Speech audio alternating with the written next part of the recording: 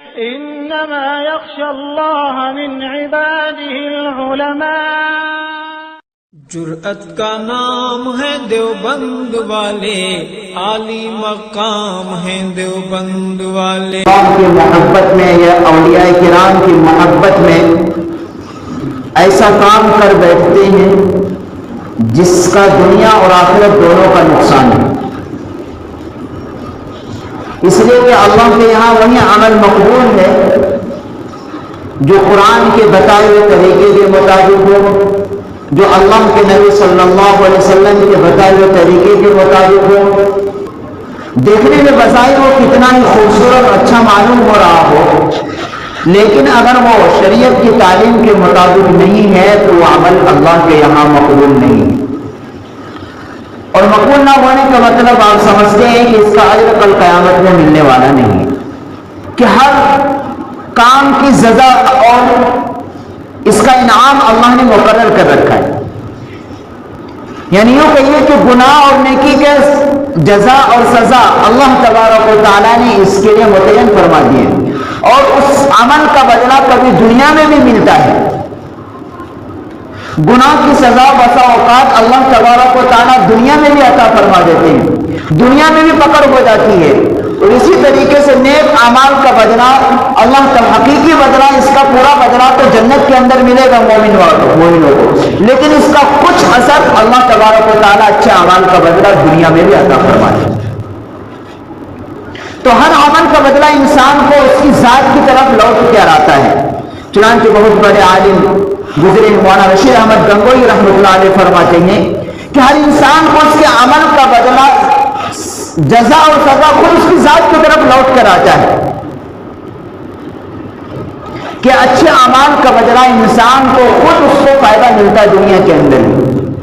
اس کی شکلیں مختلف ہوتی ہیں، ہمارا یہ گندا آلود دل اور یہ ظاہری آپ اس چیز کو نہیں سمجھتی بسا اوقات، لیکن جو خاص اللہ کے مقرب بندے ہوتے ہیں، جن کے دلوں کے اندر اللہ کی محبت سچی بیٹھی ہوئی ہے، جو سچ میں اللہ کے ولی ہیں، وہ ان چیزوں کو سمجھتے ہیں۔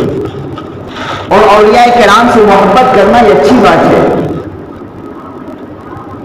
لیکن لوگوں نے صرف اور صرف ان کی ایک ادا کو، ایک سنت کو پکڑ لیا ہے، اور باقی جو ان کی اصل زندگی ہے اولیاء کرام کی، ان کو ہم نے پیروں طرح روک دیا۔ یہ واقعتاً کیا اولیاء اللہ کے نام پر ایک چیز لوگ کرتے ہیں،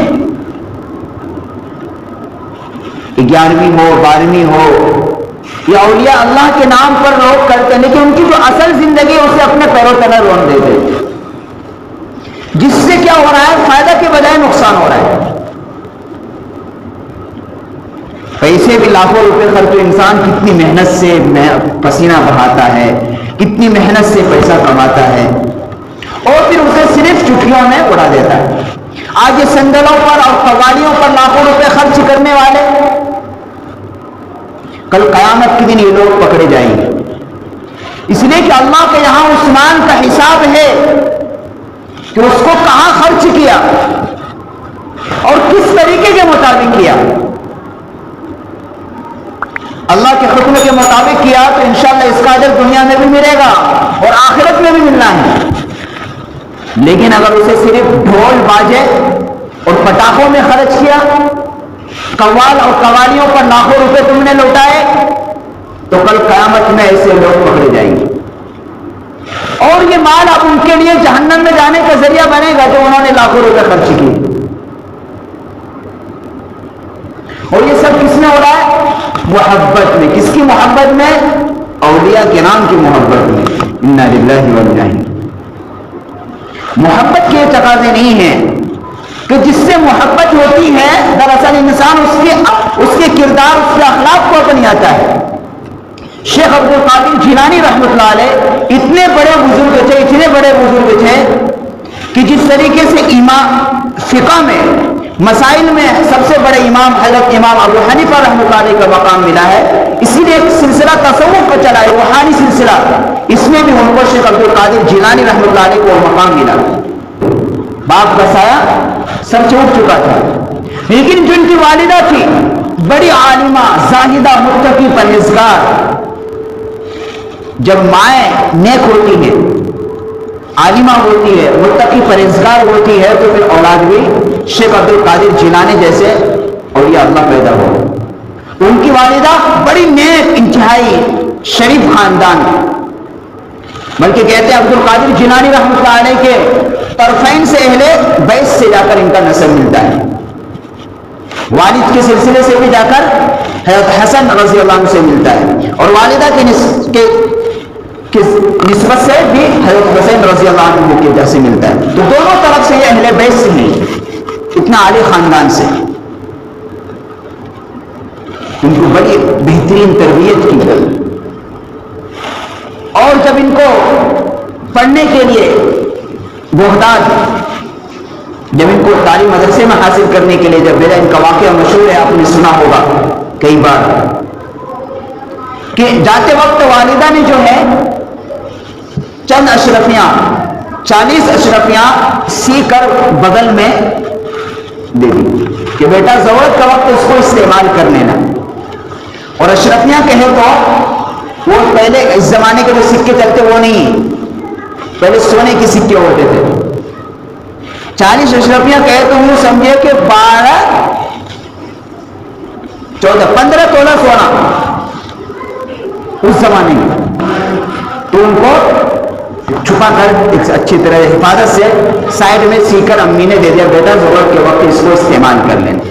قافلے کے ساتھ جا رہے تھے، بیچ میں ڈاکوں نے قافلے کو لوٹا، اس میں یہ بھی پکڑے گئے، تو ڈاکوں نے کہا کہ تمہارے پاس کیا ہے؟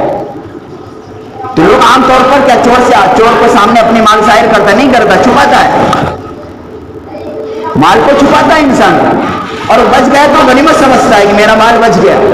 لیکن یہ بچہ کیا کہہ رہا ہے کہ میرے پاس 40 اشرفیاں ہیں،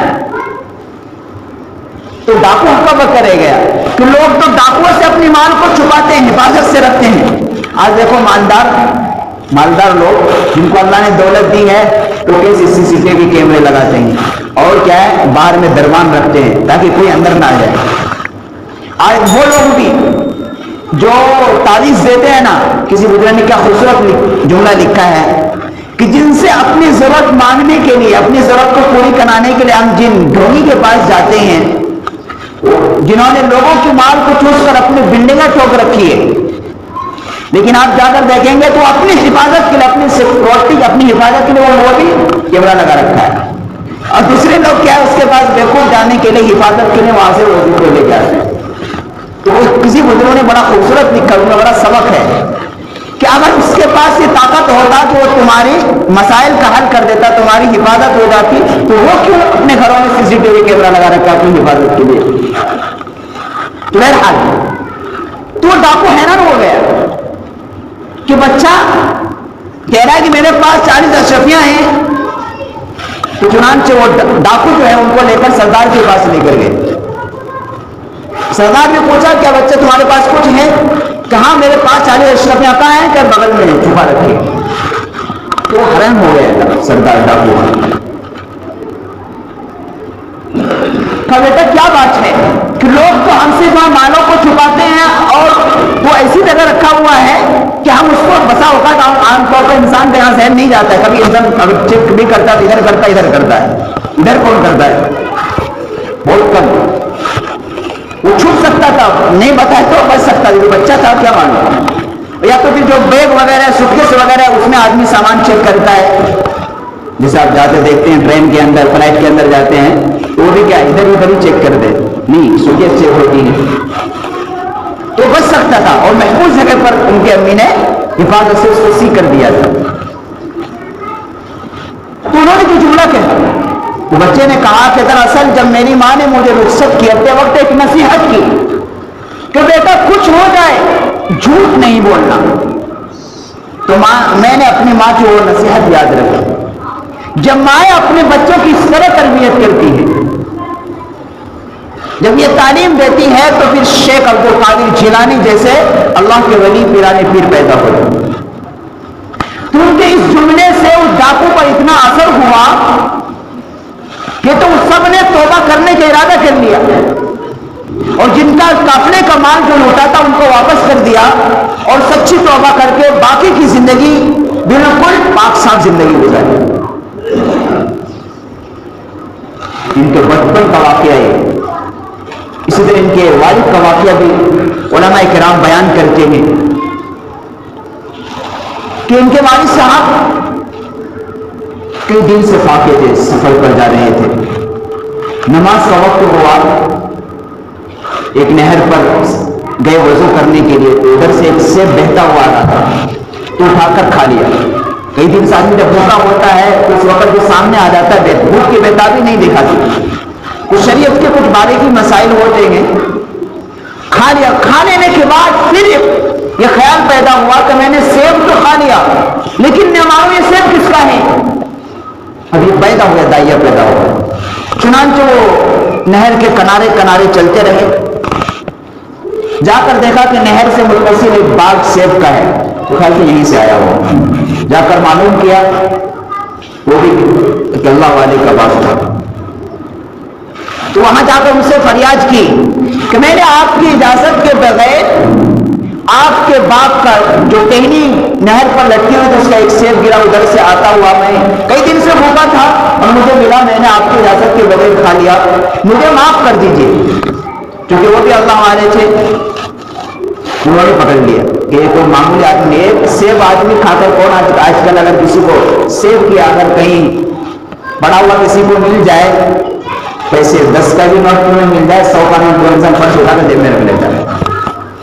نہیں واقع وہ ایک اللہ کا بندہ جو بھوکا تھا کئی دن سے, ایک سیب ملا اور اس کی معافی کی تلافی کے لیے وہ نہر کے کنارے کنارے جا کر بہت دور جا کر دیکھا کہ یہاں باغ ہے اور غالباً اسی کا سیب گرا ہوگا. جو ٹہنی نہر کی طرف لٹکی ہوئی تھی اس میں سیب کا, تو ظاہر سی بات ہے. تو اس باغ کے مالک نے کہا کہ 2 شرطیں ہیں معاف کرنے کی. پہلی شرط یہ ہوگی کہ تم میرے باغ میں 10 سال کام کرو. ایک سیب کھانے کی سزا ٹھیک ہے منظور کر لیا, کیونکہ جس دل کے اندر اللہ کا ڈر پیدا ہو جاتی ہے وہ تکلیف کو گوارا کر لیتا ہے. کہ ٹھیک ہے میں اس شرط کو منظور. کہ دوسری شرط جب بتاؤں گا جب یہ تم کام پورا کر دو. چنانچہ شیخ عبد القادر جیلانی رحمۃ اللہ علیہ کے والد صاحب نے 10 سال باغ کے, اس کو مالی بولتے, باغ میں کام کرنے والے کو مالی بھی بولا جاتا ہے, تو کام کیا انہوں نے. جب 10 سال پورے ہونے